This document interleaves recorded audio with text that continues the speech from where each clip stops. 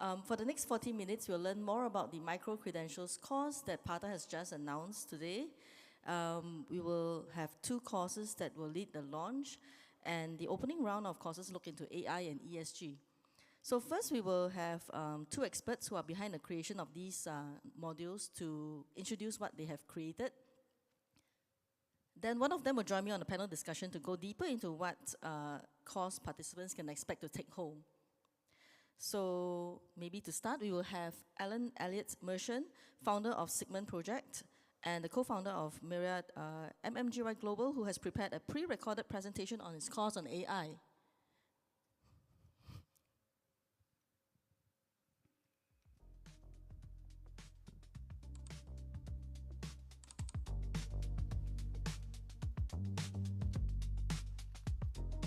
Hello everyone, I'm Elliott Merschen, the founder of Myriad Travel Marketing, MMGY Global, the Sigmund project, and now the lead instructor for the course, AI-Powered Marketing for Tourism Professionals.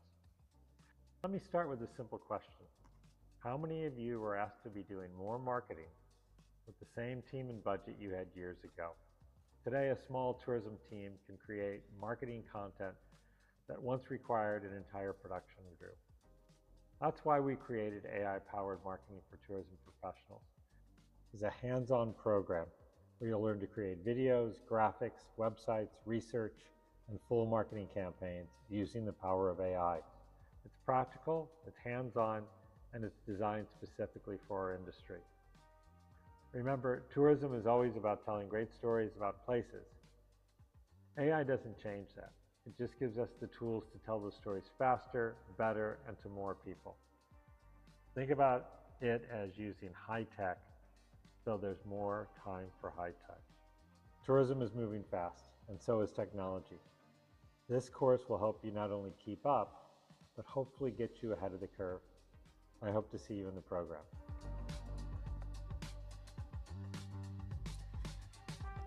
Okay, great. So now we will have, let's bring on stage Natasha, Principal Consultant for Destination Strategy and Insights at EarthCheck. Natasha will take us through a course on sustainability, ESG.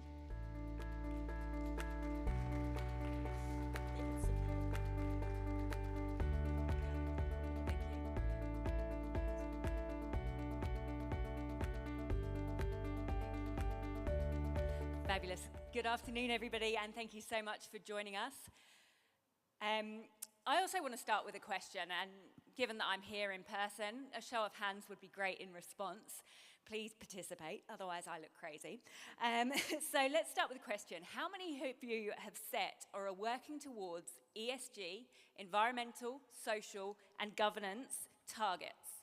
Or maybe as a destination, you're working on a decarbonisation pathway, or have set some sort of sustainability goals for your destination or organisation. Show of hands? Fabulous. This is what I like to see. This is great. Follow-up question for you. How many of you are confident that your supply chain, or that the SMEs in your destination, or the network that you work with in tourism can keep up with your sustainability ambition and the targets that you've set? Oh, less confidence there. Okay, so this is where the gap's getting interesting, right? Because ESG is no longer about an internal strategy. It's your network challenge. Most of you already know this, but it's worth stating that a lot of your impact is coming from your Scope 3 emissions. It's not in your head office, it's not in how you're delivering your tourism experience, but it's sitting across your partners, across your tour operators, transport providers, accommodation suppliers, experience providers, and the SMEs that are sitting within your destination. Which means 2 things. First of all, your targets are only as strong as your supply chain. And secondly, your partners are being pressured for data, policies, commitment, and evidence of what they're doing. Sometimes they're being asked this with tight deadlines, sometimes very technical reporting requirements, and often with very little guidance and no in-house experience. So what happens? Well, you get inconsistent data if you're lucky. You might get a partial response. You'll get some, we're working on it, we'll get back to you. and occasionally you'll get silence.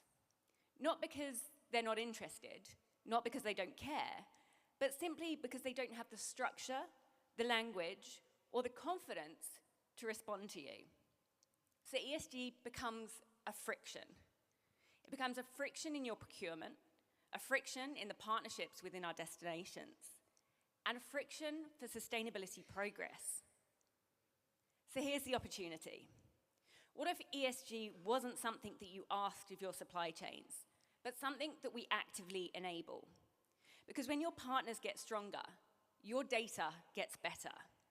Your risk decreases, your targets become more credible, and your entire value chain becomes more resilient to the increasingly complex challenges and shocks that we're all facing. And that's where the course that we designed comes into play. The ESG for SME training was designed specifically to fix a gap in the market. How do we take ESG out of the abstract and make it practical for businesses that sit within your supply chain? Because let's be honest, most ESG frameworks aren't designed with SMEs in mind. They're complex, they're resource intensive, and they assume that there's a level of internal capacity that many smaller operators don't have. So instead, what happens is that our SMEs become disengaged, or they try and do everything all at once and become overwhelmed, neither of which helps with your reporting requirements and your imminent need to report. So this course takes a different approach. We translate ESG into something that's practical, proportionate, and directly relevant to tourism stakeholders. Participants work through a number of things, including what ESG actually means to the context without the jargon. We identify what's material in businesses so that they can focus on what matters rather than what we think we need to be doing, and how to respond effectively to partner requirements around Scope 3 data, disclosures, and policies. We overview how to set realistic targets and how to take action, how to communicate and engage their efforts with consistency and clarity, and how to build resilience into the business model. Think about the shocks that we've seen in tourism over the last few years. We've had pandemics, floods, fires, staffing shortages, supply chain chaos, fuel increases, war, and of course consumers are becoming increasingly aware of what you're doing as businesses and the impact that you're having on your communities. The businesses that have handled this well aren't lucky. They understand their risks, they have strong relationships, they can adapt quickly, they attract the right talent at the right time, and they think long term. They have a framework in place, be it formal or informal, to manage the challenges that they're facing. And that's exactly what this course is designed to support, framework development, and to address one of the biggest challenges that we face in terms of data. What needs to be measured? How should it be measured? And how do we create consistency in the data that we're collecting? Because ultimately, you're not looking for perfection.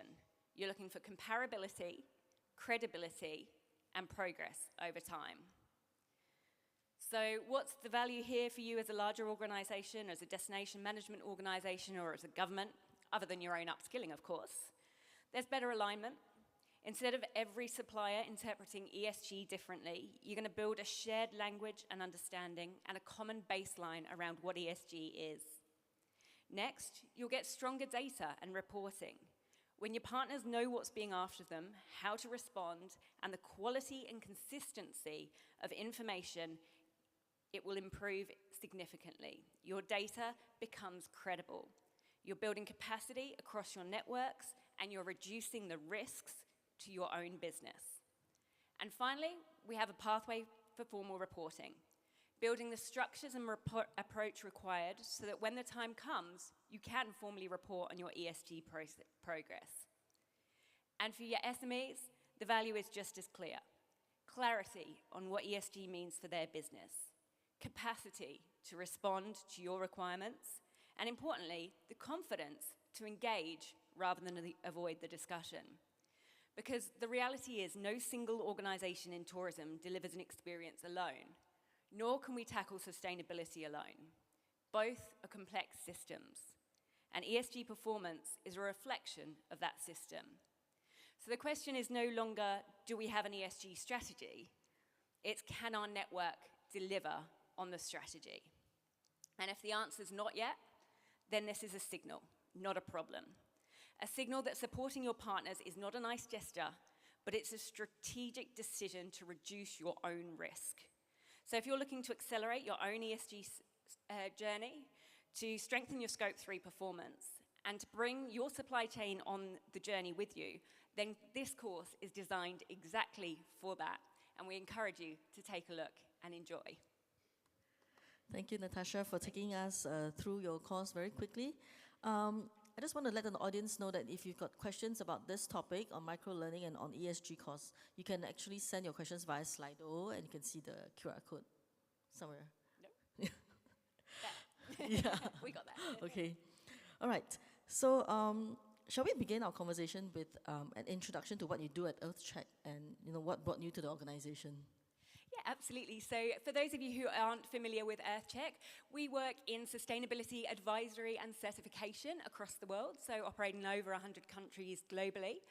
We specialize in sustainability and tourism specifically, working with hotels, convention centers like this beautiful building, destinations and governments around sustainability impact. So that's capacity building programs, certification, frameworks, decarbonisation pathways and ESG strategy. My role specifically has a lot to do with capacity building and working with small businesses in particular to help them understand where to begin on their sustainability journey and how they can take their next steps, wherever they may be in that journey, to make sure that we are all working together for a better future, be it for our environment or, as mentioned earlier in Hawaii, the communities that we're operating in and living and working in. Wonderful. Okay, so PATA has a mission for us this afternoon, Natasha, and that is to discuss the relevance of micro-learning. So let's do that. How do you define micro-learning? So micro-learning is really about specific topics and skill sets that we want to enhance and deliver. So we're looking at traditional learning, we're taking long, in-depth lessons. They're incredibly valuable and give us a deep dive into a broad array of different areas within tourism and hospitality or whatever it may be that we're studying. Micro-learning is different in that it's focusing on one skill set. So the AI, a really critical one. It's an emerging area that we need to build skills in, and it's really focused on that niche set of skills that you're going to need to respond to that challenge. The same with our course on ESG. It's really focusing deep into what we need to know about this topic area, what skills we as hospitality and tourism professionals need to develop and enhance to be able to deliver on what our partners and the law is now requiring of us. Okay, so travel and tourism is an industry where rapid digital transformation and shifting global standards are the norm. So my next question is, how does micro-learning help our professionals keep up with this sort of changes and constant, rather rapid and constant changes that challenge their abilities? So micro-learning is a fantastic way to respond to changing needs in our community and the way that we're delivering business. When I studied my degree in tourism, AI certainly wasn't a thing. ESG, definitely not on the radar, not anything that I was taught, but also other things that have emerged and changed so much. The panel this morning about OTAs and online digital platforms, none of that was around when I studied my degree. So it was not something that I knew of, was aware of, or had the skills to engage with in a meaningful way. Where micro-learning comes in is it introduces these topics later in our career pathways. When we talk sustainability, we talk about continual improvement and making sure that we're doing better year on year. And it's the same for individual learning, right? We have the opportunity to build on our skills and our knowledge year on year. And by diving into low-cost specialized programs that are designed specifically around a set of skills and changes in the workforce, it really makes sure that us as professionals keep up to date with the evolving expectations of market and mean that we have the skills that we need to deliver to tourism of the future, not tourism of 20 years ago. Yeah, and we know that major companies tend to have dedicated training budgets, as well as a structured and regular training schedule for staff. Do you think that such bite-sized learning modules are better suited for small and medium-sized companies, especially as they need to catch up on training needs? I think there's an opportunity for this type of learning for every organisation, no matter the size or scale. So for larger organisations, a venue like this, frontline staff picking up skills along the way, that's incredibly important and critical. And there's some great examples of learning platforms where there's things like response to disaster situations or how we make cocktails. Things like that can also be learned as bite-sized learnings. And that for frontline hospitality staff at low cost, on-demand, high scale, really cost-effective and a really good way to engage. The more senior we get within our journey, again, there's specialized courses that help to build the leadership and management skills that come into some of the, the ESG, the more technical side of things, that we need a language to be across so that we can manage our teams effectively. And again, so bite-sized learning offers a great way of doing that. For SMEs, it's the on-demand notion and the low cost, I think, that's appealing to them to engage in programs like this. We know that a lot of tourism operators, particularly the mum and dad operators, are working in their business every day of the week. They're taking guests out on boat tours. They're giving guided experiences. They're welcoming people into their homes. They don't have time to go out for 2 days and sit in a beautiful training course run by some amazing people and learn these new ideas. So to be able to do it at 10 o'clock at night and then log back in at 5 a.m. in the morning and do it on their own terms, in their own way, is incredibly valuable. And it really gives that opportunity for everyone to upskill no matter where they are and no matter what they're doing in life. I think it's a perfect format for time-scarce people, right? Yeah. Oh, absolutely. Okay. Shall we check whether there are questions on Slido? No? Okay. So maybe let's go into EarthCheck's course on ESG integration. Now, ESG, environmental, social, and governance, can feel like a corporate buzzword, especially for small-scale, companies, tourism operators. So how does EarthCheck course translate these requirements into a practical toolkit that offers operational benefits? Unfortunately, ESG is no longer a buzzword. It is law in a lot of places. The map that was shown in my presentation demonstrates where the legislative requirements have come over the past 2 years. In particular, we've seen a rapid increase in the amount of governments globally who are formally requiring reporting at the moment for large-scale entities. But that's going to trickle down the supply chain. So in Australia, where we're based, by next year, all large entities are going to have to report on their Scope 3 emissions, which means that they're going to need to engage with their supply chain and ask the tricky questions. What are you doing? What's your impact? Where are your emissions sitting? So this course is really about stepping business owners and interested parties through exactly what those expectations look like, breaking down the environmental aspects to what should we be tracking, where are we looking at our energy, our water, our waste, how do we calculate our emissions, how do we make sure that we're doing things to reduce our emissions, not just tracking them over time and going, oh, they're going up, that's a problem. Where do we take action along the way? And the same thing with the social and the governance. What should we be tracking? What does that look like in reality? How do we measure the proportion of females in upper management? How do we look at staff turnover rates? All these elements which are required reporting frameworks. So we step through each of those. We take out the questions around it and give really practical advice about what this means for tourism. As I say, EarthCheck was born and bred for tourism and hospitality, so we try and make it as relevant as possible, making sure that we've got examples through that course that talk about what it means for a hotel operator or a tour operator, boat operator, whoever it may be, making it really relevant and clear what the expectations are and how businesses need to respond. Now, earlier you spoke also about the ESG requirements being woven into supply chain, into the supply chain, where large companies are expecting, the smaller SME suppliers to also comply with ESG requirements. Can your micro-learning course help SMEs to be contract ready for, ESG-focused global partners? Absolutely, that's the entire intent of it.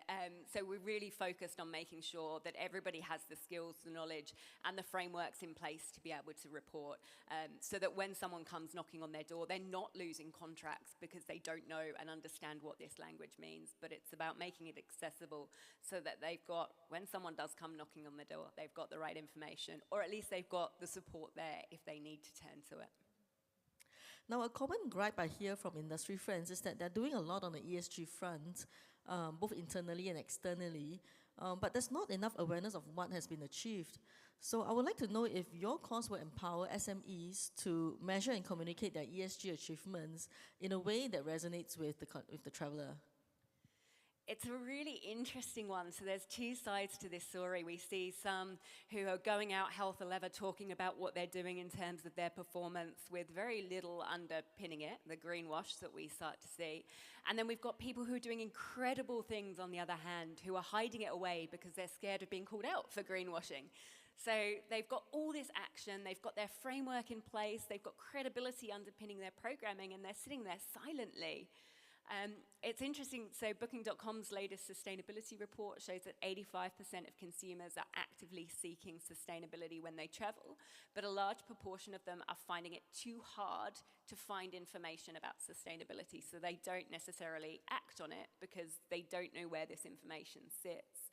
So the course really steps through communication as a core part of this and how we talk about our sustainability journey, both internally with our own team members, getting them on the journey with us and making sure that they're working towards the same goals as us, but also how we communicate externally to different markets. And while we're talking about ESG reporting, that's a very formal and technical reporting. That's not what we're going to be sharing with our consumers. But it's how we interpret that information and the stories that we pick out and share that become really powerful to engage our visitors. Someone mentioned it it was either earlier today or yesterday, that we're really people-centric and we have the opportunity to inspire and empower the visitors who come through our door. And the same should be true with our sustainability journey. Talking about sustainability, encouraging our visitors to engage with that conversation, to shift their behaviors. Shift their behaviors so that they take those changes home with them and they make a difference in their own community as well. So yeah, we absolutely touch on communication internally, externally, and sharing our stories in meaningful and engaging ways. Now, you know, the entire conference is built on a resilient future, right? And yesterday and even today, we've been hearing topics on how we can build towards that direction. So would having, would developing business with ESG in mind be part of that resilient journey? 100%. So we've always talked about sustainability and resilience coming hand in hand. Businesses that are sustainable are economically sustainable. They're viable for the long term. They've got the systems and structures in place to deliver on what they need to stay viable as a business. The governance pillar of ESG reporting means that we have the right policies and procedures in place to protect ourselves and that we're adhering to the right legislation wherever we are, whichever jurisdiction we're operating within. So again, building sustainability is leading to resilience because we're doing what we need to do as a business. Social sustainability in the pillar of social means that we have license to operate as well, that our community is happy with us, that we're treating people in the right place. So we're attracting a skilled workforce who want to come and work with us. The community that we operate in is engaged with our business and that they're happy that we're there. They want visitors to come within. And we're respecting the natural environment that we rely on as a business as well. So by building and integrating ESG principles and practices and broader sustainability goals into our business, we're creating these sustainable and resilient frameworks that can help us recover from some of the shocks that we may be facing. And a core part of that sustainability journey and the ESG is understanding our risks, both to our businesses and of our business. Again, understanding and managing that risk means that we're more resilient to the external shocks that are coming our way. Doesn't mean that we won't be hit by them, doesn't mean that they're not going to hurt us, because they will, but hopefully it means that we've got systems and structures in place where we can build back better, build back differently, and rebound a little bit more effectively than if we didn't have any of these structures in place to begin with. Good point, good point. Any questions on Slido? No? Okay. Well, we know there's no better time than the present to get started on something new. Is this a case for your course? Can anyone get started immediately, or do they need to have certain processes in place before they can take it? No, absolutely. This is, anyone can join at any point in their sustainability journey or their ESG pathway. It may be that you're starting out, that this is first steps, and it is a great starting process. If you've already got something underway, it may be that you're reviewing your processes. It might give you some hints and tips of where you can go to next, or how to elevate what you've already done. Or it might be just a bit of a refresher. So no matter where you are in that journey, it's a really good starting place. There's some additional resources that sit within the course as well, which are downloadable and give operators access to that little bit extra support, the templates that you need to move forward. Well, I see that we are catching up very quickly on time. We are getting the program back on schedule, actually. So let's round up this panel with just one quick question, Natasha. So in just a few words, tell us what is the single biggest myth about ESG that your micro-learning course will bust. I think that it's a buzzword and that it's not important. We've heard it so many times, and even on the stage today, there's been sustainability is a buzzword, resilience is a buzzword, it's just a buzzword, it's going to go away. I'm afraid to tell you that ESG is here to stay. It is legislated in a number of countries around the world. It is a risk that sits on your bottom line as a business. It is a risk for your supply chain, and it is a risk for your community. So we do need to understand where ESG sits within our business. We do need to start taking action, and we need to make sure that we understand the language that is required, because it's not a tourism thing. It comes from a legal background. It comes from a different part of the community. So it is about understanding what it really means for us in the tourism community, and engaging in a meaningful way, so that when people come knocking on our door, we're ready, we're prepared, and we're positively contributing to our broader efforts in terms of our impact and our decarbonisation pathways. Okay, great. Thank you so much, Natasha. Please join me in thanking her for her time, and then round up the this session, yeah.